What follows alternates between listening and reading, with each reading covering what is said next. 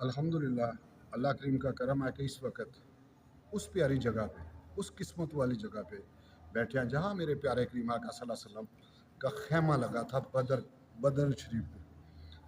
तो अभी हम दुरूद शरीफ पढ़ रहे थे, तो ये मेरा बेटा भी है, मेरा भतीजा भी है, ये मेरे भाई है। मैं इनको बता रहा था कि दुरूद शरीफ की बरकत क्या है। अल्लाह जानता है कि दुरूद शरीफ की क्या बरकत है, और हमें अपनी ज़िंदगियों में मामूल बना लेना चाहिए, हर वक्त जो है ना दुरूद शरीफ पढ़ते रहे। 2008-7 की बात है कि अल्लाह पाक ने अपने और अपने प्यारे महबूब के घर के लिए बुला लिया। तो मेरा विर्द क्या था? दुरूद शरीफ, मक्का में भी तो और मदीना में भी। मक्का पाक तो सिर्फ दुरूद शरीफ पढ़ता था, और इसी तर्ज में जो मैंने आपने और मैंने पढ़ी है, इसी तर्ज में थे। तो मैं किसी वली अल्लाह की तलाश में था कि अल्लाह का वली मुझे मक्का में मिले।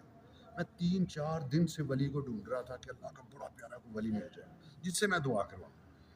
5वें दिन असनाद बेटा, मुझे एक बुजुर्ग जो अल्लाह के घर की तरफ रुख था उनका, तो दुआ मांग रहे थे और रो रहे थे। मैंने कहा लग रहा है यही है वो जिनसे मैंने दुआ करवाई। मैं उनके पास चल, मैं अब पीछे जा रहा हूँ, वो दुआ में महमूर अब बिल्कुल अल्लाह से बातें कर रहे हैं। तो मैं दुरूद शरीफ पढ़ रहा हूँ, तो दुरूद शरीफ पढ़ रहा हूँ तो मेरी आवाज़ ऊँची है।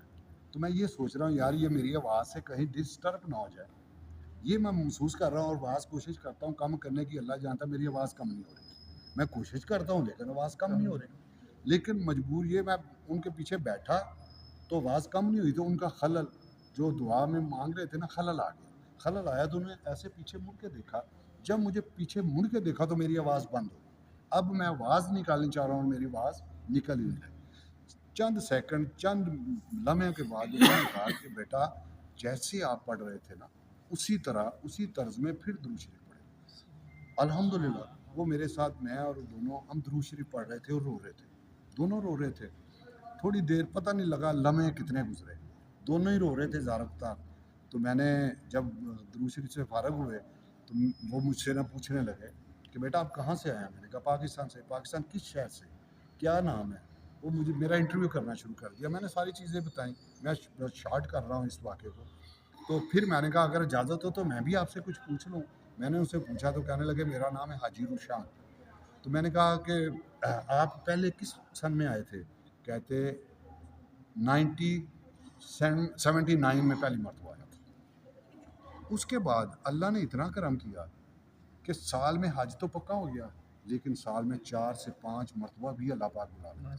मैंने रोना शुरू कर दिया। मैंने कहा आप मेरे लिए दुआ करें, अल्लाह पाक आपको 4 से 5 मरतबा बुलाता है, मुझे बस वो एक मरतबा बुला दे। उन्होंने बड़ा प्यारा एक वाक़या सुनाया। उन्होंने कहा मेरे पीर साहब थे मेरे साथ मदीना पाक में, कहते हम बैठे हुए थे, तो मैंने अपने पीर साहब को कहा पीर साहब मेरे लिए दुआ करें, जब तक देखा ना था तो मामला और थे, अब तो देख लिया है, अब तो तड़प बहुत बढ़ गई है, तो दुआ करें अल्लाह पाक बार बार मुझे बुलाए। कहते पीर साहब को कहा, तो पीर साहब ने कहा वो सामने एक शख्स बैठा, उससे जाके दुआ करो। तो मैंने कहा पीर साहब मेरे पीरो मुर्शद आप हैं, आप मेरे लिए दुआ करें, मैं क्यों उससे दुआ करवाऊँ?